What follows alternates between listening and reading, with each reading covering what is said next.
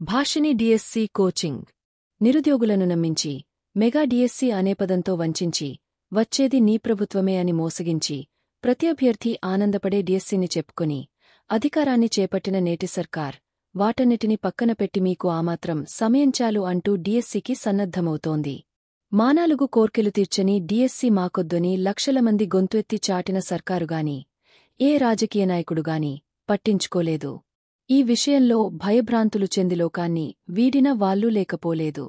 ఈ పరిస్థితులు ప్రజలందరికీ తెలియవు. తెలిసేది ఒక్కటే, అందరికీ ఉద్యోగాలు అనే పదం.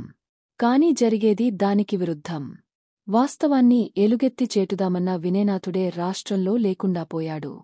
వీటన్నిటినీ జీర్ణించుకోలేని డిఎస్సి ఆకలి కేకలు సొమ్మసిల్లి కొంతకాలం నిస్సహాయంగా ఉండిపోయాయి. కాని వాటికవే బలం పుంజుకొని, ఎవరి సహాయ సహకారాలు లేకపోయినా, ఎవరి అండా లేకపోయినా, ఒంట్లోని శక్త్యంతా పుంజుకొని మరొక్కసారి చివరి క్షణం వరకు పోరాడటానికి కంకణం కట్టుకున్నాయి. మీరు వింటున్నది వాస్తవమే.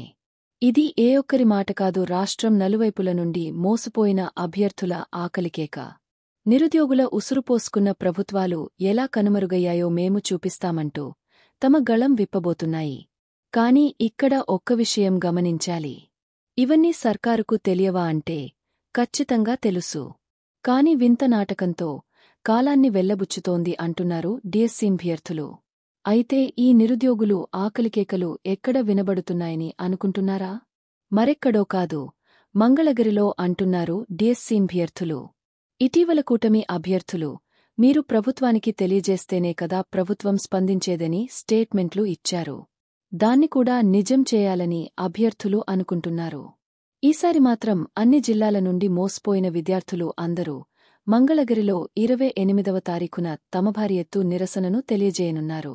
లక్షల మంది అభ్యర్థుల విన్నపాలు వినటం ప్రభుత్వ కర్తవ్యం, సమంజసం, న్యాయం. దానిని పెడచెవిన పెట్టి మోసగించటం జీర్ణించుకోలేకపోతున్నాం అంటున్నారు డిఎస్సి అభ్యర్థులు. డిఎస్సి కాలయాపనతో గత 7 సంవత్సరాలుగా ఎన్నో కష్టాలు అనుభవించిన అభ్యర్థులు వయోపరిమితి మించిపోయి ఈరోజు, రేపు అంటూ డిఎస్సి కోసం చూసి తమదైన ప్రభుత్వాన్ని తెచ్చుకొని, ఆ ప్రభుత్వం చేతిలోనే కనుమరుగయ్యే పరిస్థితిని తెచ్చుకున్నారు.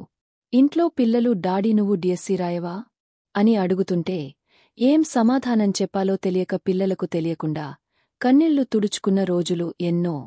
అసలు భగవంతుడు అనేవాడు ఉంటే ఈ మొండి వైఖరి వాళ్లందరికీ ఖచ్చితంగా బుద్ధి చెబుతాడు అని అభ్యర్థులు కన్నీరు మున్నీరు అవుతున్నారు. కరుడుగట్టిన సర్కార్ ఆ రోజైనా తమ మాట విని మనసు మార్చుకుంటుందేమోనని లక్షల కుటుంబాలు ఎదురుచూస్తున్నాయి. ఎన్నికల ముందు ప్రజలే దేవుళ్ళు అంటారు నాయకులు.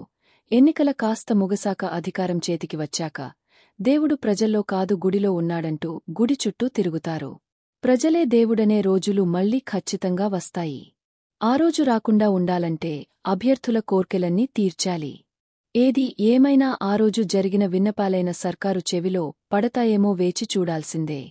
అభ్యర్థులు ఆకలి కేకలకు సపోర్టుగా నిరుద్యోగ యువత అంతా సహకరించాలని ఆశిస్తూ మీ Bhashini DSC coaching. Like, share, comment, subscribe.